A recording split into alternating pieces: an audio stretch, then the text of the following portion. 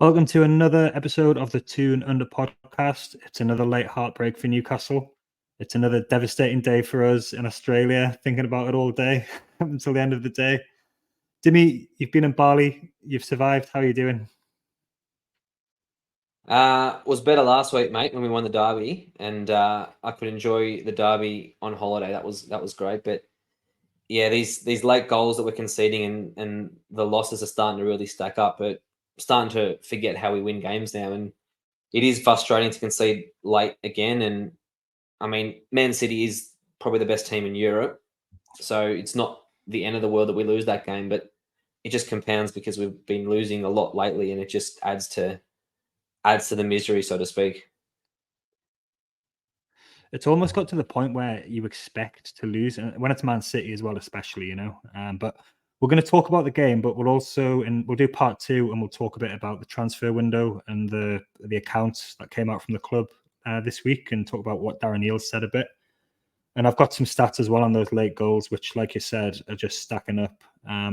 There was a bit of a sense of inevitability about this one, I think, especially when they're bringing Kevin de Bruyne on, who's basically one of the best players in the world. And you look at our bench in comparison, and it just kind of shows you. And I was thinking about this as well. We desperately need a defensive midfielder.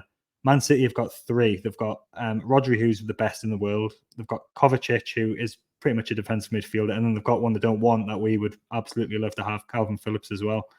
So every time you play these teams, it's the gap, that it shows you what we're trying to fight against. And I think actually we did really well in this game for large parts of it, considering the opposition. So let's get into it a bit then. Let's start with the good first then for Newcastle. So the goals, wow, brilliant goals. Within 2 or 3 minutes of each other as well, almost carbon copies of each other. The first was obviously to bring us back to 1-1, and then Gordon put us 2-1 ahead. Which was your favourite goal of our two that was scored, Dimi? I think it was Gordon's, to be honest, because I mean, Isak's goal was sensational as well. But if you look at Gordon's one, he had two defenders sort of in between him and the goal, and he somehow found a gap between Kyle Walker and Diaz to score in the far corner, and it was an unbelievable goal. And obviously, when we scored a minute before that with Isak's virtually identically, obviously you're up and about 2-1, but 30 seconds after you're celebrating that 2-1, you think to yourself, okay, it's 38 minutes into the game. There's another hour of football. It's a long way to go. How many more goals can we score before they get one back? So, I mean, Gordon's and Isak's goal, it just shows how good they've been this season one, but also how good these players are going to be for us in the long term. They're still young footballers. They've still got a lot to learn and a lot to grow. And I mean, their quality in these big games has shone through, especially with Gordon. His record in big games has been fantastic, especially at St James's Park. And it's just a shame that we couldn't get him on the ball probably enough in the second half to bother him, or maybe they couldn't get on the ball themselves because they were just completely rooted. But it just shows with a bit of space, and we saw bits of it at the start of the season when we had a squad to pick from. I think the Villa game comes to mind where we were rotating, I think, after 60 or 65 minutes, and Villa were trying to play that high line. And with our intensity and press, they just could not cope with that sort of level of consistent quality in our team. And unfortunately, we've got 45, 50 minutes of that at the moment, and that's probably it. But yeah, both goals were world class and definitely befitting of the occasion. The Villa game will brought Anderson, Barnes, and Wilson on, and then Barnes and Wilson both scored, and I think Yeah. Barnes got an assist for Wilson as well, and he could have had another one in that game. So, like, it shows you that what we're trying to do at the moment as well. But Isak's got 14 goals now for the season, and he's actually missed a fair bit of it through injury. He's got 5 goals in his last 4 games. He's scored in each of his last 4 games. That finish, you just expect it from him, don't you? Even though it's so good. Like, in the pass from Bruno as well, it was absolutely amazing. And Kyle Walker had his pants pulled down twice within the space of 2 minutes. And like I said, Gordon's finish as well. He's now got 7 goals and 5 assists for the season, all in the Premier League. Like you said, pretty much all at St James's Park. He would have had more assists if he actually got an assist for winning penalties as well. I think he's won 3 or 4.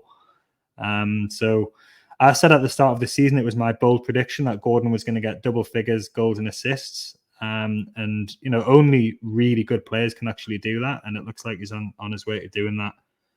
So I think it's good to talk about the positives, because there were positives from this game. I think we've seen in the last 2 games that we've had a bit more time on the training ground. We've been able to work on the structure a little bit more, even though we're still coming up with some kind of familiar problems with tactics, or it's with fitness and fatigue. There's no point in pretending otherwise. We had 10 players injured for this game as well.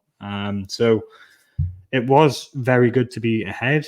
But like I said, you've still got 50 minutes, about pretty much an hour with injury time to play against the best team in the world. You're not going to have it all your own way for the rest of the game. And to be honest, before the goals that we scored, we weren't doing that well. They had a lot of the ball. They were in between the lines. We were getting a few chances still. So we did quite well in the first half, but they still could have been, level or ahead at half time, I think. Bernardo Silva, I saw a stat that Manchester City have scored 100, 101 goals. It is against us in the Premier League era. Aguero's obviously got about 70 of them, and I think Bernardo Silva's got the other 10. Yep, Every time he plays, he scores an absolute world-class goal. a That banger, first goal, exactly. Beautiful little flick into the corner, wasn't it? He's world class. He's one of those players who's annoying to watch because he's so good. And when you play against Man City and you see him on the pitch, you just worry every second he's on the pitch, because he can do things out of nothing. And yeah, I mean they've just got an abundance of riches that they're bringing on. We'll talk about De Bruyne probably a bit later, but they bring on De Bruyne, who's probably one of the best midfielders in the world, if not the best midfielder. That's the luxury that they've got. They take off Bernardo, they bring on De Bruyne, and that's what where they're at. But Bernardo Silva, yeah, he's a superstar. He does seem to score every game against us, and Phil Foden for one as well. He always seems to play decent against us and always finds those little pockets and channels. So, I mean, a lot of them are world class players, so they're going to have good games most weeks. But yeah, it is a bit of a frightening thought when Bernardo Silva is in that 11 every week. Yeah, the goal was just so good, and you just sort of shrug your shoulders. Like, in fact, all of the goals in this game were top draw. We did have the ball in the net at the beginning as well. Longstaff put it in, and then Edison got injured from that. But it was good to see a bit of intent early on. Like, we'd clearly gone out to play when we still had our legs as well. We were causing them a few problems. And then there was another chance as well, wasn't there, when Edison tried to carry on. I don't know, he'd done some, his knee, he'd fucked his knee. Yeah. Like, he was hobbling around, and then we could have scored actually that chance. Gordon, if you look at the replay, pretty much had an open goal. Yeah. And then we had another chance later when Miley put Isak in as well. So the first half was actually quite good, wasn't it, from us? Certainly compared to previous games we've had in the last 5 or 6 weeks. Yeah, probably in the first 20, 25 minutes, we didn't keep the ball great, but we did press at the right times, and we did force a couple of those chances. I mean, that one where Edison was hobbling around, we really should have scored from that. I think Gordon's got to take the shot. He's on his right foot. He should score it. He tries to lay off Miggy on his right foot for whatever reason. I'm not sure why. Miggy was never going to score from there. So that was a frustration. I mean, against Manchester City, you've got to be virtually perfect to win, especially when you don't have options off the bench to change the game. So you need to be virtually perfect by taking your chances. And we were pretty much perfect in the first half with the finishing we had with Gordon and Isak, because they weren't like they were clear-cut chances. It was just a brilliant finish by both of them. So the first half was positive from that perspective, and we did nick the ball a couple of times off them. And when we did play that early ball to Isak, who looked lightning quick again, which was great to see. And he's very quick one-on-one, and he does create havoc for defenses. For me, it's always maybe it's just because everyone's injured, but I always worry when he's stretching those legs every time he's charging forward, sprinting. I'm thinking, don't do a hamstring, because if he goes down, then we're completely screwed. But I mean, he was an absolute pest in the first half for Man City, and they couldn't deal with him. If only we could have probably a bit more quality on the ball in the midfield to feed him earlier and find those pockets, because City were playing a high line, and their centre-backs, Ake is not that slow, but their centre-backs weren't that quick. So Isak probably could have had even more joy than he did. So that's probably something we need to look at, obviously, in the medium term, and getting a bit more quality, which we obviously need across the park. Isak's waiting for Wilson to come back, and then he'll have some time off injured. That seems to be what's happening this season. They're just swapping, but it just means that neither of them can really get, like, they're both being rushed back before the fit. Yeah. And then Yeah. I'm just waiting for Isak to break down again. Like you said, every Yeah. time he sprints. The one against Dortmund it was in the home Yeah. game where he got injured out of nowhere, really. And that was such a 10 big minutes blow. in, that was too. Yeah. Yeah, and it was bad conditions that night as well. But I think he's in such good form that we're in trouble if anything happens to him. And Wilson is supposed to be back maybe for Villa or around Yeah. that time. So, but you can't rely on Wilson either. We'll talk a bit later about transfer, what we might do or what we can or what we can't do. But how do you play against Man City? Like, it must be so exhausting, mustn't it? And it's this thing about control. They just have players who are so technically good that they can just keep the ball, they can just move you where they want to move you, and then it's when they get those passes in between the lines into through the midfield in the middle, and then there's all that space out wide, which happened for their first goal as well. They're just kind of an ultimate team, aren't they?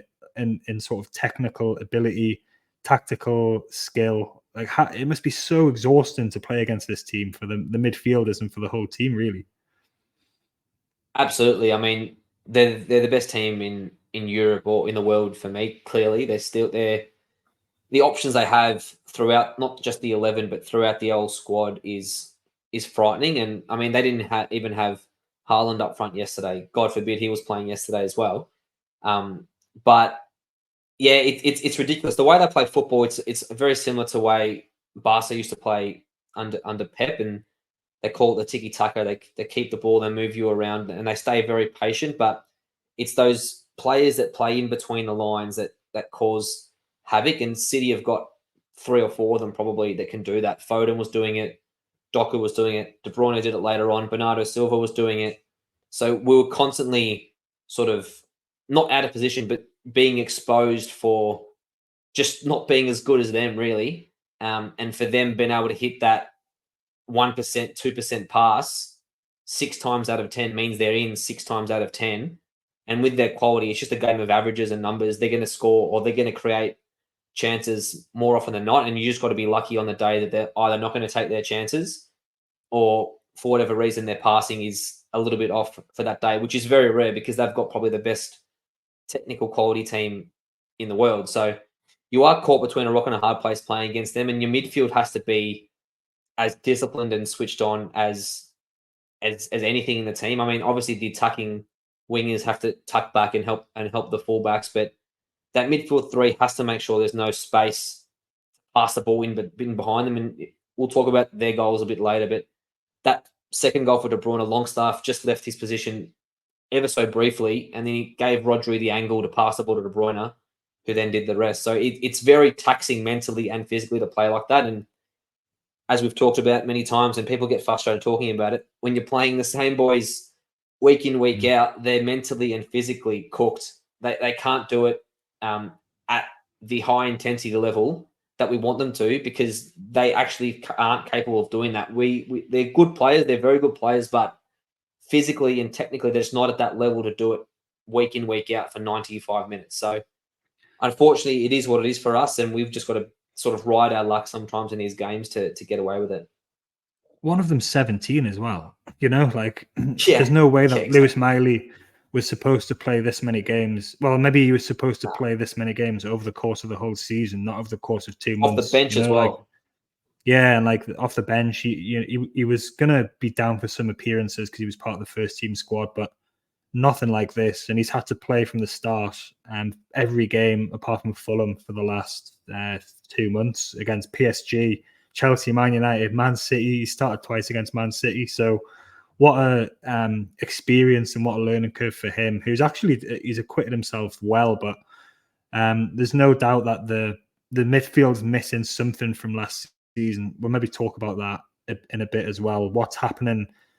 In fact, we can just talk about it now before we talk about De Bruyne. What's happening with the fact that our midfield just doesn't have the solidity? We were so good defensively last season, and the whole team was really strong. This season, the midfield's pretty much the same, except Willock's not there and Joe Linton has been in and out a bit, and Miley's played. But Longstaff and Bruno have been there most of the time. Tonali a little bit at the beginning. The defense is pretty much the same as well. Lascelles came in for Botman when Botman was injured. What's going on? Why are teams now suddenly just passing through us? Is it with one pass is splitting the whole team open, or they're just running over us in a way that wasn't happening last season? It's quite alarming the way that it's happening now. What is it, do you think? Fatigue, or is it tactical? What's going on? I'd probably put it more down to fatigue. I mean, we don't play a natural number 6 where everyone wants that defensive midfielder to sit in front of the back four. That's not how we play. We play more of a flat 3 in the middle, but that flat 3 only works when our defenders can push up and make it a compact, so there's not a big gap between defense and midfield. And it also works when the front 3 are harassing the ball for 90 minutes. And we have the front 3 putting pressure on, but they can't do it for 90 minutes because they're the only front 3 in the squad. Everyone else is injured. So, I mean, Gordon and Miggy are just as important as Murphy was last year, as Joe Linton was when he was playing out wide, to keep the pressure on so that our midfield can get back into shape. Now, not to mention just getting back into shape, but we're also playing, like you said, with a 17-year-old who has never played Premier League football virtually before this season, and he's learning on the go against world-class footballers. So we have to take that as one point, but we're putting a lot of pressure, I think, on Bruno to sort of man that midfield, and obviously Longstaff hasn't reached the levels. He's been injured sort of in the start of the season. He hasn't reached the levels he did last year, and we just haven't had, I don't think, a fit enough 3 or a midfield that was supported enough by the rest of the team that we're getting exposed. We had the same issue last year in terms of not having a number 6. It's not a new problem, but last year we had Joe Willock at times who's very quick, who could probably cover back. We had Joe Linton, who's an absolute man mountain in midfield. So if anyone got anywhere near him, he'd either win the ball or foul them. So there's not that counter-attack chance. We just don't have that option now. And again, we're sort of caught between a rock and a hard place. We can't change it because we don't have any other options. And we sort of just got to take the punches as they come, because I'm sure Eddie sees it. He's not stupid. He sees that the midfield's getting passed through every week, and he wouldn't be just letting it happen because he wants to let it happen. He knows that we have no other choice at the moment because of the options that we have off the bench. Yeah, and I think Bruno himself was actually injured for the second half. Yeah. He was hobbling a bit, and there was talk that Lascelles was going to come on for him.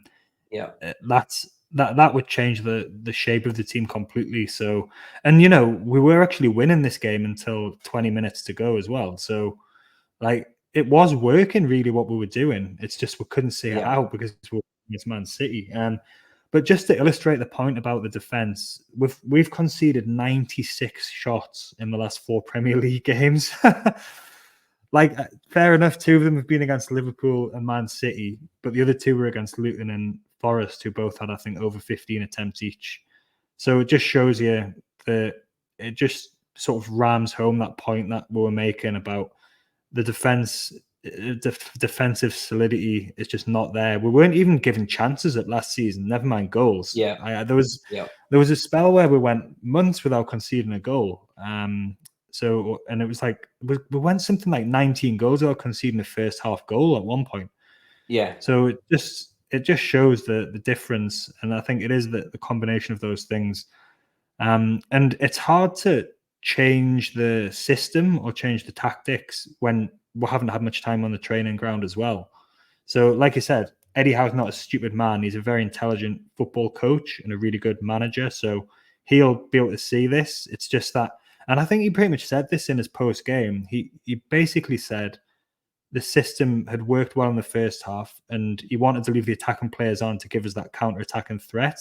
Because whatever happened, we were going to be soaking pressure up. Like, people have been clamoring for sort of subs to come on, but like, who really? You can bring Lascelles on for a midfielder, that changes your shape. You can bring Richie on, but like, Richie's 34, and I think we don't have access to the kind of training data and the physical output that the players do. I think if he had it still, he'd be getting more game time because Eddie Howe really likes him. So Lewis Hall was the only sub who came on 86 minutes for Gordon but it is difficult when you can see players are struggling so much to move, which is happening a lot in the second half of these games, especially against when we're playing against a good, strong opposition.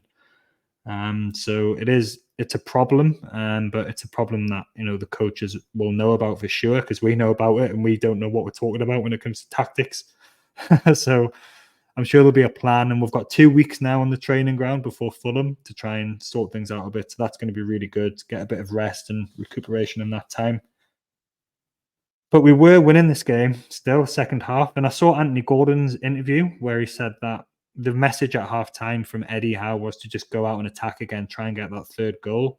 And it's easy to say that. It's not as easy to actually go and do that when you're playing against Man City.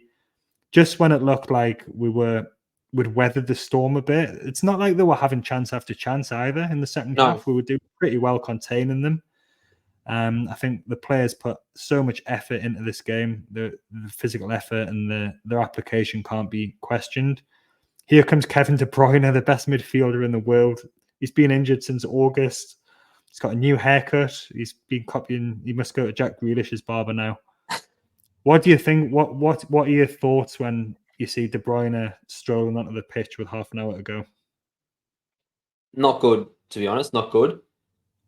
The first thought is saying to myself, why is he coming back for our game? Why are we the team he has to come back against? And I was going through in my head when he came on. I'm like, it's just set up for him to either score the winner, do something amazing, and saying, "Oh, how good's De Bruyne? He's come off the bench from 6 months out, and look at him go." Blah blah blah. I was just, for me, I sort of preempted that in my mind as soon as he came on, and obviously he's a superstar player and he's done this to much better teams than us, but it did probably feel a bit inevitable when he came on the pitch, and I'm sure as much effort as we were putting on, and we were struggling physically as the game went on, when you see Kevin De Bruyne come on with about 20 minutes to go, you just think, oh fuck, we've done so well for 70 minutes, and now this bloke comes on. He's eager to play. He's fresh in terms of he hasn't played football for 6 months. He wants to help his team come back, and yeah, it was just a recipe for disaster. And really, like, this is the time when if we had, say, we had Joe Linton on the bench, or if we had Wilson or Barnes, Willock. anyone, Willock who can come on, or we've got, if we did have a defensive-minded midfielder who could basically just man mark him, like stay on him, kick him a bit, make sure he doesn't get much of the ball, and then that would make a big difference. But like I said, we've got the three midfielders who have been running around sideways and backwards for the whole game, and then the best player, one of the best players in the world, comes on. Lewis Miley will be starstruck probably as well. It's like, it's just an indication of the gap, I guess. Well, the strength of the benches is one thing, even without our 10 unavailable players for this game. We always look at the bench when we play, the big six clubs, and think that the gap of the quality is massive, even when we do have more players available. And De Bruyne got the goal with about 20 minutes to go. For some reason, you've just said actually before that Longstaff had stepped out. I think you got his position slightly wrong. And if you do that, the ball's going to be fed to De Bruyne. Even so, it was still a brilliant, brilliant finish, wasn't it, into the bottom corner? Yeah, it was very annoying, to be honest. That's how good it was. And yeah, as we said before, Longstaff, they were keeping, probably for the majority of the second half, Longstaff, Miley, and Bruno were very close together. They were trying to block that space for Rodri to find, or Kovacic to find Foden or Bernardo Silva, or then De Bruyne when he came on. But again, a split-second decision or a lapse in concentration, just naturally Longstaff is like, oh, I'm going to press the ball. I'm going to try and win the ball back. And these guys are too good. They punish you for that. And when the shot came off the boot, you thought, oh, this is just a passive shot. Dubravka should save this, and it ends up rolling in the net. You're thinking, how the hell that happened? And then you see the replay, and he's nutmegged Shah as well. And you're thinking, this bloody prick. He's been on for 5 minutes, and he's done that to us. And yeah, when that goal went in, there was still obviously 15 or 20 minutes to go. You're thinking, yeah, we're in a bit of strife here. Yeah, we've seen this movie before. We know exactly what is likely to happen here. So it wasn't kind of all backs to the wall. They weren't attacking. It wasn't wave after wave of attack, but De Bruyne was still doing his thing. We were still getting more and more tired. We couldn't have anyone on the bench except for Lewis Hall did come on for Gordon, who could barely crawl by that point. And then this is the fourth time this season that we've conceded a 90 plus an injury time either equaliser or winner for the opposition. So Liverpool did it, and then obviously PSG did it, and then Chelsea as well. Two of those have put us out of cups. This one and the Liverpool one has denied us a really good, valuable point against a really good team. But we've now conceded 19 goals after 70 minutes as well this season. So the last 20 minutes of games has not been good. And that in that spell, we've lost 11 Premier League points, and we've gone out of Europe and the League Cup as well. So the hallmark of Newcastle last season was that we fought to the end and that we got stronger as the game went on often. And we'd blown teams away quite a bit. This season we'll have ground it out against Arsenal and against Man United. So and Brentford was a real grind out as well, 1-0 win. So we can do it. But the pass from De Bruyne, Trippier was a bit flat-footed, and then Bob getting his first Premier League goal. It's As just, you do. Yeah, it's just heart-sinking moment, isn't it, Dimi? Yeah, it was really tough to take, to be honest, because when the board went up for 3 minutes at a time, you're thinking, okay, we've sort of been hanging on, but there's not that long to go. We can probably see this out now. We can sort of waste enough time to save to get the point. But when the ball comes over the top from De Bruyne and you see that Trippier's just lost his concentration for, again, a millisecond, but that's all it takes against these good teams. He just couldn't stretch to get the ball, and then Ricky Bobby with that quick 1-2 left-right, and then he completely does the Bravka. When that ball ripples the net, your heart just stops, and you pray that there's an offside, or you pray there's something wrong with the goal. And obviously it turned out it was a beautifully clean goal, and there was nothing wrong with it. And then you're thinking, bloody hell, we've done it again. We've copped a late goal at the Leazes end, and we're going to be leaving here with nothing after being 2-1 up, like you said, after 70 odd minutes. So it is very hard to take. But again, like I talk about with Longstaff losing his concentration, Trippier lost his concentration for a second or two. And when you've got players playing week in, week out, every 3 or 4 days, I mean, yeah, we had a week off this week, but there's an accumulation effect, and we don't have anyone to come off the bench. Literally no one except Lewis Hall, who's a left back, comes on to play left wing. That's the only sub we made all game against the best team in the world. That's not a recipe for getting a result against Manchester City. So, yeah, in that terms, it's probably inevitable. But yeah, when the ball finds Ricky Bobby and he finds the net, your heart sinks. Yeah, but there was still time for well, we don't know because we didn't see a fucking replay. It was the players appealed for handball. We went up the other end, the last action of the game, and everyone appealed for handball. And then the play carried on, and the commentator said, "Oh, there's a VAR check." And then he said, "Oh, the VAR check's finished," and then it was full time, and we didn't get to see a replay of this incident. There is a kind of a view from the normal camera, which somebody zoomed in on Twitter, and it does look like one of the players sort of controls the ball with his hand in the box. Unfortunately, that's the only vision we've actually seen of this. So I don't know. I could ask you if it was a penalty, but you don't know, do you? Because we didn't get to see a replay. I don't know what was going on with the replays in this game, but it seemed like any time there was half an incident or half a chance that something was going to go our way, there was no replay shown, and the referee would just wave it on and saying, "Yep, all clear. It's nothing to see here." Like I remember in the first half, I think it was Kyle Walker completely took out Gordon and didn't get booked, and then Rodri body slammed Bruno and got booked, but Kyle Walker completely took out Anthony Gordon and got nothing. And there's just, I mean, people are going to call conspiracies and say, "Yep, the Big Six get these decisions," and I think it's not a conspiracy, but the Big Six do, for whatever reason, get their fair share of these decisions going their way. And I think that one with the handball, obviously, you're right, we haven't seen it, so we don't know how clear and obvious it was. But the fact that it was a 95th minute, I reckon the VAR probably thinking, fuck, it's cold, it's Saturday night, time to go home, no one's going to notice. Let's just say, oh, yeah, it's all clear, let's just go home. I reckon that's what would have happened. If that was in the 50th minute, maybe they would have taken a bit more of a cursory look. But the fact it was 95th minute, I reckon gives them even more of a chance to say, oh, it's the end of the game. No one's going to notice. Who cares? Or if the ball had gone out straight away, we might have got a look, like for a throw-in or a goal kick or something, might have got a look. But it was just strange we didn't. There was also the the incident before their first goal where Gordon was pushed over when he was trying to go past Diaz. It was about a minute before the goal, but it was still our players were still appealing for a free kick there, and it did look like a foul actually. Like Gordon had done him for pace.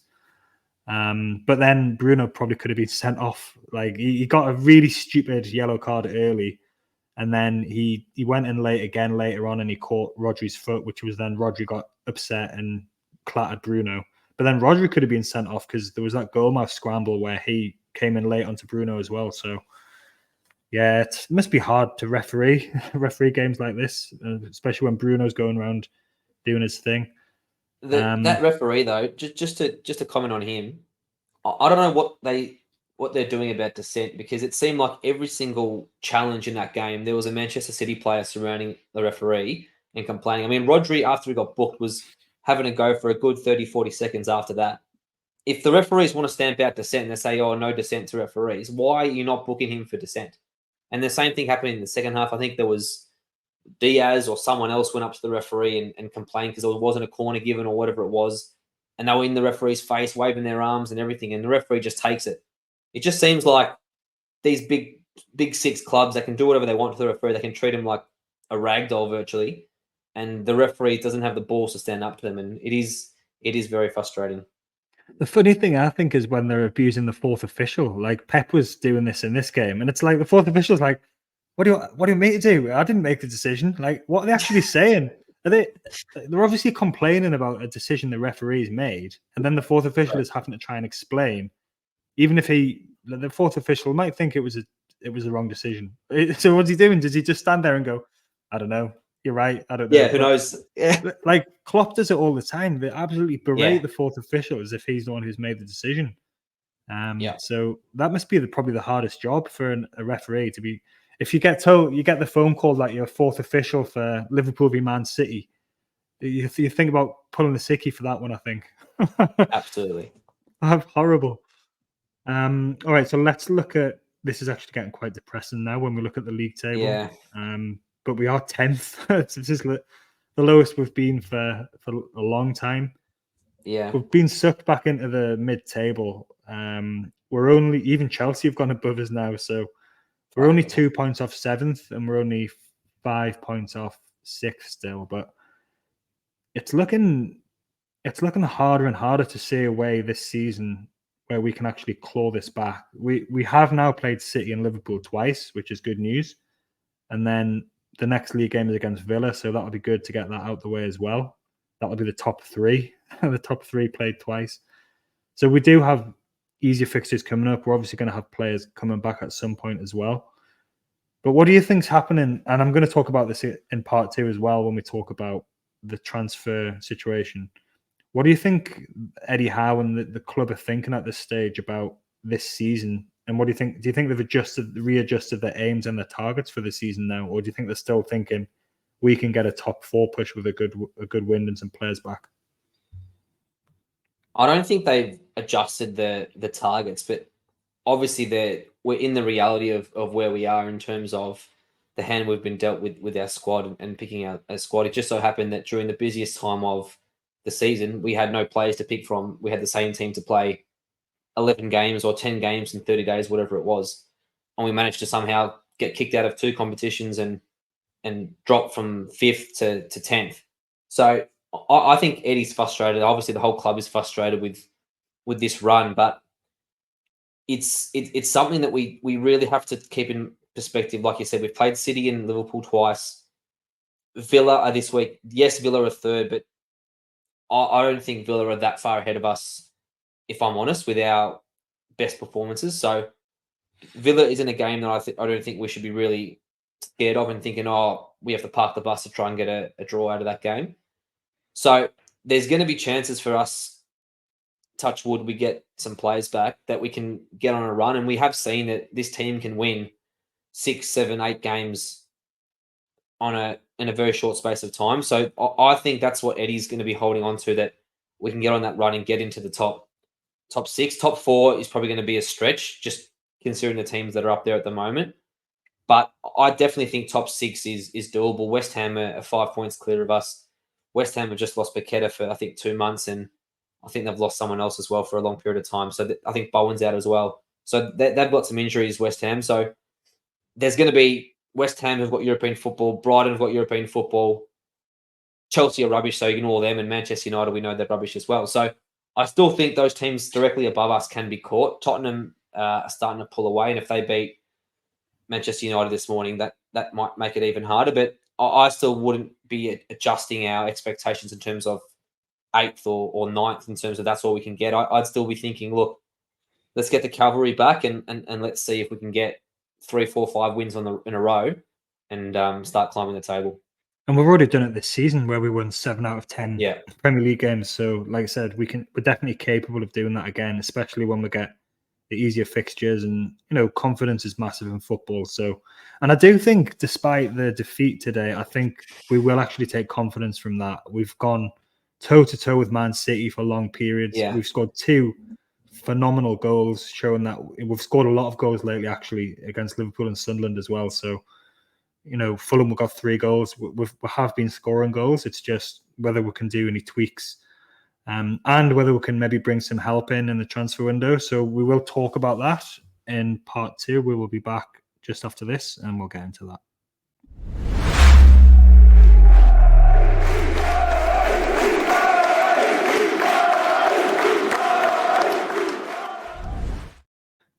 Right, so in what was quite an interesting move, Newcastle released their financial accounts for 2023, it was, or 2022.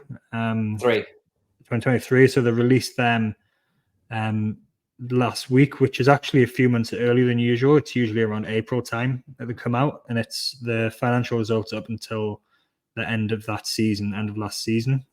So the season we finished 4th. Just as a bit of a summary for that, so the turnover of the club had gone up from 180 million to 250, so that's a 70 million boost. The loss after tax had stayed about the same at around 70. It was 73 million last season. It was 70 million. The staff to turnover ratio is actually really good. The staff costs, so wages to turnover has gone down from 95% ish to about 75%. 74%, and that's really important because UEFA's financial fair play is going to be on an incremented scale of wages to turnover, so that they're going to start taking that into account. And we were really pushing it up at 94.6%. It's very, very high, so it's good to bring that down. So they're the headlines from the finances. And then Darren Eales did a bit of a media round. He did an in-house chat with the NUFC TV, and then he did a sit down with some of the local journalists, and it was very much an exercise in expectation management, I think. And I think it's no coincidence that this came out in January, in the middle of the January transfer window. Darren Eales talked about FFP, which everyone is sick of hearing and talking about FFP now. He talked about the need to sell players, which was a big red flag, and people started worrying about selling Bruno and Isak and Botman. He talked about there being a lack of value in January, and he was very keen to emphasize that the club strategy is about the medium to long term. He was talking about we're approaching things on a medium to long term basis rather than knee-jerk reactions. And he said we need to be mindful of FFP and make sure that we're compliant long term. He was saying January is not a great window to do business, but he said that he referenced Anthony Gordon, said we will do business if we have to. So it was interesting timing, and it caused quite a lot of debate and a lot of chats. What was your reaction to this? What do you think the purpose of it was? And were you encouraged or were you discouraged by it? How did you feel after listening to what Darren said? Well, it's good to hear from the club, to be honest, because for 20 years we never heard anything from the club. The only thing we heard was an email or a letter sent after the transfer window saying how much money we spent when Joe Willock was signed on a loan or whatever it was a couple of years ago when Brucey was still in charge. So look, it is a good change hearing from the club and letting them try and explain, as much as some of it could be debated, but letting them try to explain what the numbers say, because not everyone is not an accountant or a football finance expert, so no one really understands the numbers unless you can break them down in layman's terms. So looking at the financial statements themselves, obviously there is a good growth in terms of our turnover, and the staff to turnover ratio, as you said, has gone down, which is fantastic because that's going to be important when the fair play rules for UEFA and the Premier League are analysed. So I think the financial statements are good, but again, a lot of the changes they've been making aren't going to be reflected in these financial statements. And people know we've signed on with Adidas coming from next season. We've signed on with Seller, our front of shirt sponsor. There's been incremental sponsorships going on here and there, travel partners, this and that. All this is going to start showing probably in the next couple of seasons. So I think it's good that Eales comes out to try and explain, look, the numbers might show this, but what actually is happening is something else. So I think it's important that the club get on the front foot and sort of trying to manage that expectation. As frustrating as it is, obviously we all want to just spend as much money as we can, and we know we are the richest club in the world, and we're thinking, oh, why can't we just spend $1 gazillion like Chelsea and do it? It's not like that because our turnover is not good, and it hasn't been anywhere near. The sponsorships have been nowhere near any of the other big six clubs for a long period of time. So we've got a long leeway to sort of catch up with them. We're trying to fast track it, which is great, but it's going to need patience and yeah. So my takeaway was it was a good interview for him to do, and it was a good strategy from the club to try and, like you said, get on the front foot now, not after January, perhaps when we haven't made a signing or we haven't made as many as we would have liked. At least this gets ahead of any potential bad news that we might get in terms of new players coming in. I read his whole interview it was with the Northern Echo, and I felt really enthused and really encouraged. Like, what for one was the communication, and then all of the talk about medium and long term. And I know that was expectation management, but just to have the club talking in that way, and it's not just empty platitudes either. You know that they mean it. They mean business. They're serious people, and they have a strategy that they're going to stick to. And I think it was also maybe a little bit of a, there's been the pressure on Eddie Howe. The win over Sunderland obviously relieved that a lot. But I think it was maybe just a reference to that as well, that we're not going to just knee-jerk and change things because of a bad run of form when we've got a strategy and we've got a plan, and it's a medium and long-term plan. You were talking about football experts. Kieran Maguire did a tweet. So this is, bear with me for this one because this is a bit of a head scratcher. But he's talking about if PSR limits, which is FFP, if they had risen in line with football inflation since 2013, which is when FFP came in, clubs could lose up to 218 million over 3 years, not 105 million. So, and he makes another point that the fact that this hasn't happened and that it's stuck at 105 million has hit clubs with new owners since 2013 the hardest. Ambitious clubs like us, Villa, and Everton, who've obviously had their points deduction. So FFP has been a thing that the club have talked about from the beginning since they came in from the takeover. We were able to spend quite a lot of money early on because, ironically, Mike Ashley had run the club in a business sense, in a very sustainable and sensible way financially, which meant that we weren't anywhere near that 105 million over 3 years loss because he hadn't been spending money, and that's why we were left with a squad, an old aging squad full of Deadwood players as well. But the fact he was so tight did actually mean that we could spend how we have up till now. Every window we've done well with transfers, although the summer business maybe there's a bit of maybe that money we weren't to know what was going to happen, but we've had 100 million sitting in the treatment room or banned, for this season. So, but we did spend a lot of money, and then even last January we brought Anthony Gordon in as well for quite a lot of money. So this is the first window where it looks like we're actually going to be stopped from signing players because we can't afford it from an FFP perspective. And like you said, next season we've got Champions League money revenue and we've got Adidas money coming in, so in next year's accounts. But I've started to feel more and more irritated about financial fair play. Previously, it hadn't bothered me too much because we were still spending money, but like, we're sitting here, we're desperate for at least one midfielder of some description, a body to come in and give us a bit of help. we know that we've got clear deficits at other places in the team as well. That we just haven't been able to. The reason we haven't bought a defensive midfielder to now is probably because we've spent money elsewhere. We've had to spend money elsewhere. So it's just really frustrating that you've got all these big clubs who like FFP, who can protect them, who can do what they want. Man United can waste whatever money they want on whoever they want because they've got so much revenue coming in that they can just keep doing that.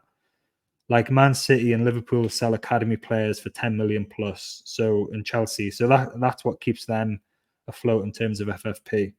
Because we were starting from so far behind, the squad was weak, and we didn't have any players worth selling apart from St. Maximin last season. And now we're at the point where we don't want to sell our really valuable players because they're too important to us. And we don't have fringe players really who are going to be able to make us enough money really to be able to start investing again. So it just basically means that our transfer strategy has to be spot on with signings that we make. Otherwise, because money's so tight from incomings. And it just really makes me feel frustrated that it's not right that an ambitious club can't come in and just spend. And I know that the idea behind FFP is for like noble reasons, to stop clubs going bust. But like, if somebody wants to come in and spend money on football, Chelsea did it and it didn't ruin football, and Man City have done it and it hasn't ruined football. Like that. It's just created more competitive clubs at the top, which obviously is not what the clubs at the top want. But I've started to feel upset about financial fair play this window because I don't think we're going to get what we actually need. Even though we do have players coming back, we're still going to be left with pretty big gaps in the squad, I think. Calvin Phillips would seem to be a bit of a no-brainer if he's available on loan, but I worked out that if it was a 7 million loan fee, as they were saying, then it's about £600,000 a game for Premier League games that he can actually play in. And the club will just probably look at that and say, well, that's not worth it in the short term when we're sitting, mid-table in the league. And maybe that's what I was saying before. Maybe if we're a bit higher up, they would think, right, let's push at it a bit more. Let's take a risk and get someone who might get us in the top four. But I don't think because of our league position now that they're not as likely to do that because the reward is probably not worth the risk of a short-term transfer, which might not work out. So you're an accountant, Dimi. You're a good person to talk about this. What's your thoughts on it all? And do you think there's anything? Do you think the club are maybe gearing up for some kind of legal challenge with all this talk lately, or what do you think might happen from here with it? Because there's definitely a groundswell of opinion now that this is not right and this is not fair. And I've even seen national journalists and national commentators say things about this now as well for the first time.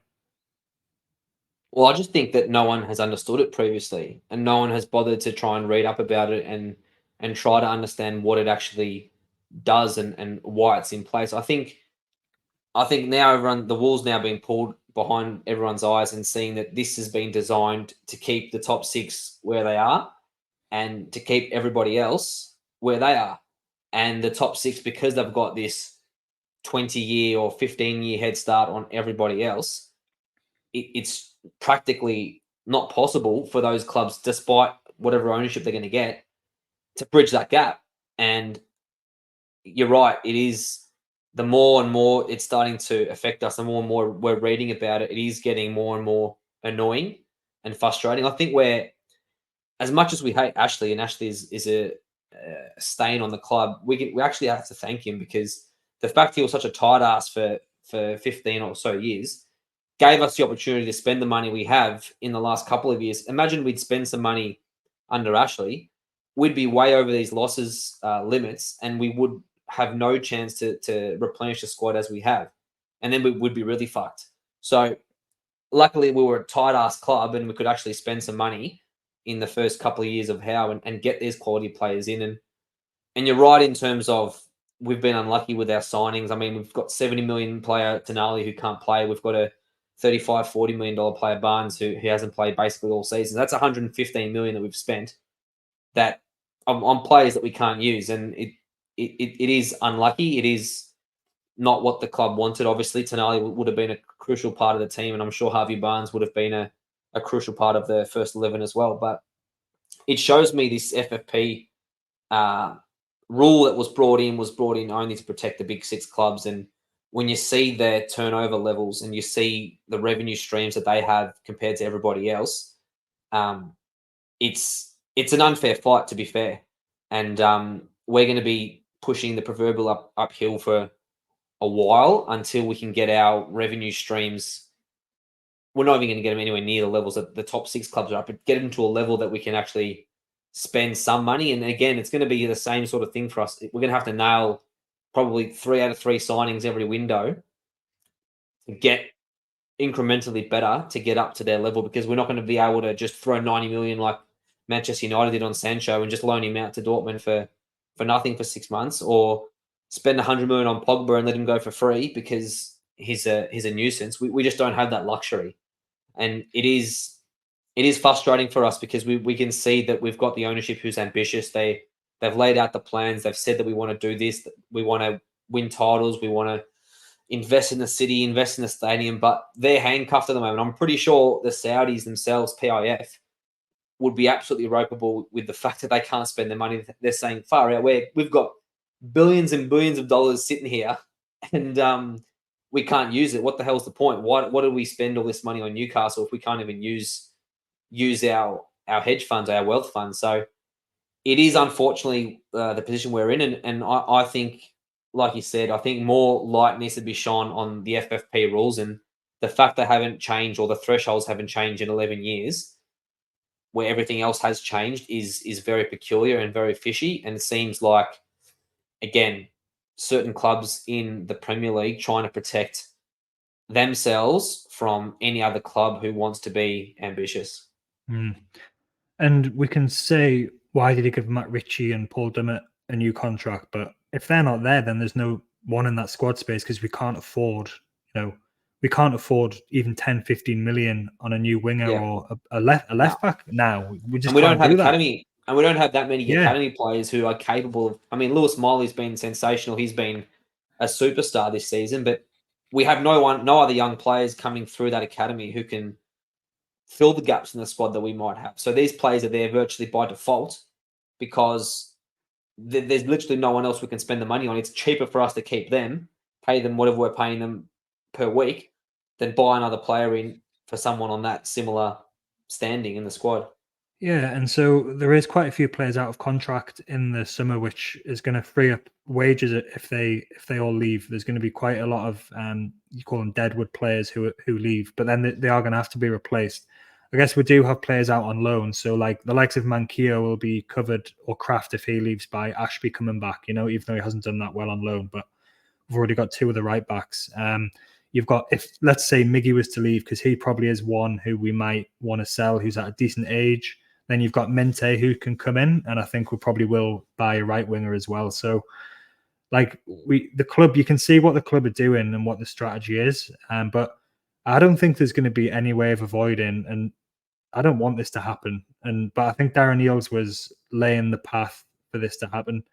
I think we're going to have to sell a Bruno in the next 12, 18 months if we want to then get the money, get the cash to go and reinvest it, because the way FFP works is that you sell a player for 100 million, that goes straight into your accounts for that year, and then you sign a player for 100 million on a 5-year contract, say, and then it goes in the account as 20 million a year for each of those 5 years of the contract. So the way it works, and that's why Villa is to probably still spending the Jack Grealish money, and West Ham have got the Declan Rice money for a few years as well, and Spurs have got Harry Kane money as well, because they're academy products, so it's pure profit on the books.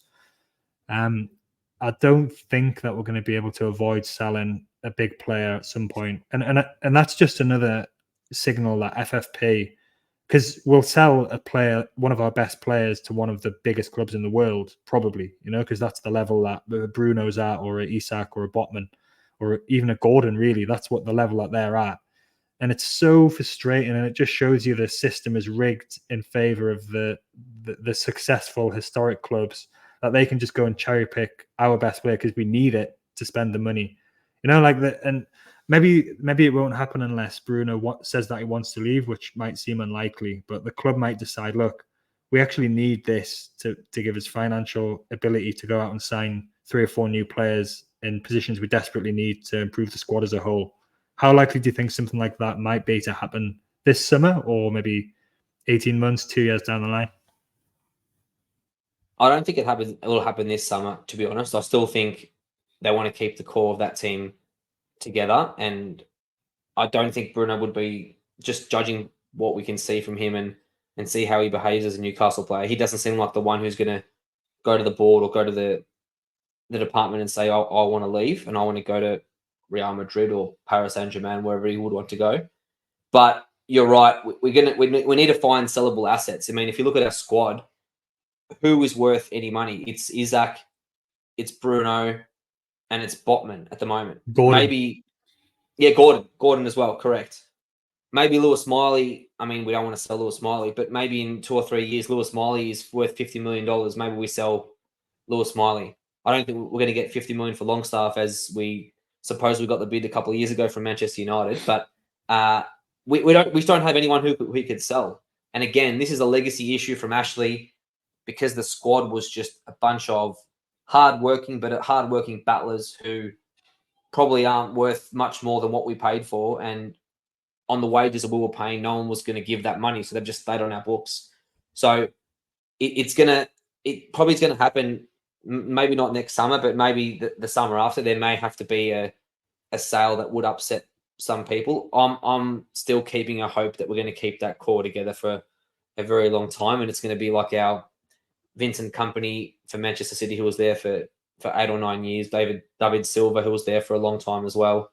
I'm still hoping we may be able to fight off the vultures for Bruno and Isak. But if it has to be done, it has to be done. I mean, there's no sponsorship in the world that we can get at the moment that's going to fast track anything, because again, this related party sponsorship rubbish that's come in, and all of a sudden that becomes an issue this year for us, because Saudi Arabia or PIF are run by the Saudi government, and everyone thinks anything Saudi related is going to be unfair and not market value. But what about Eddie Howe sponsorship deal for Manchester City?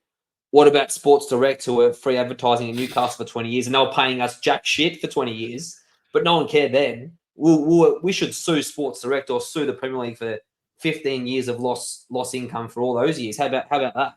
So it is a bit of hindsight and a bit of, I think, bad sportsmanship from the big six clubs. But you wouldn't expect anything less from these teams. And look, they're threatened by us. It's as clear as day that they're threatened by us. And I think most teams in Europe probably feel that way about us because of the Saudis being behind us in terms of financially. So look, they're going to try everything in their power to put us down, and we're just going to have to keep punching above our weight as long as we can, until we can be that team like Manchester City who can say we're going to go spend 150 million on players and leave those players on the bench every week just because we can.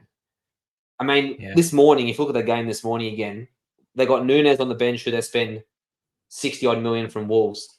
They've got Grealish who they spend 100 million on. They've got Calvin Phillips, who's barely played, 45 odd million. I mean, it's absolutely ridiculous, the money that they've got on the bench that just sits there getting cobwebs just because they can. And I think this is part of what the club are doing with the PR they did this week. I think they're trying to, first of all, tell people what's going on, but they're also trying to foster that spirit of defiance, because that's when Newcastle United is at its strongest, when everyone's united against a common, not fighting with each other, fighting with other, everybody else on the outside who's having a go at us. And I think that's what they do. It's the siege mentality. And I think that's going to serve us well. And the rest of what he said was just so encouraging about medium, long term. The club's on the right path. It's going to take a while to get there. We're probably not going to have a season like this with the injuries where we concede so many late goals as well. It's hard to take, but the overall picture still is positive, and it always will be, I think, under these owners, because we're only going one direction, and that's up. And I think that's a perfect note to leave it on. Thank you very much, Dimi. I will speak to you soon. Cheers, mate. Cheers.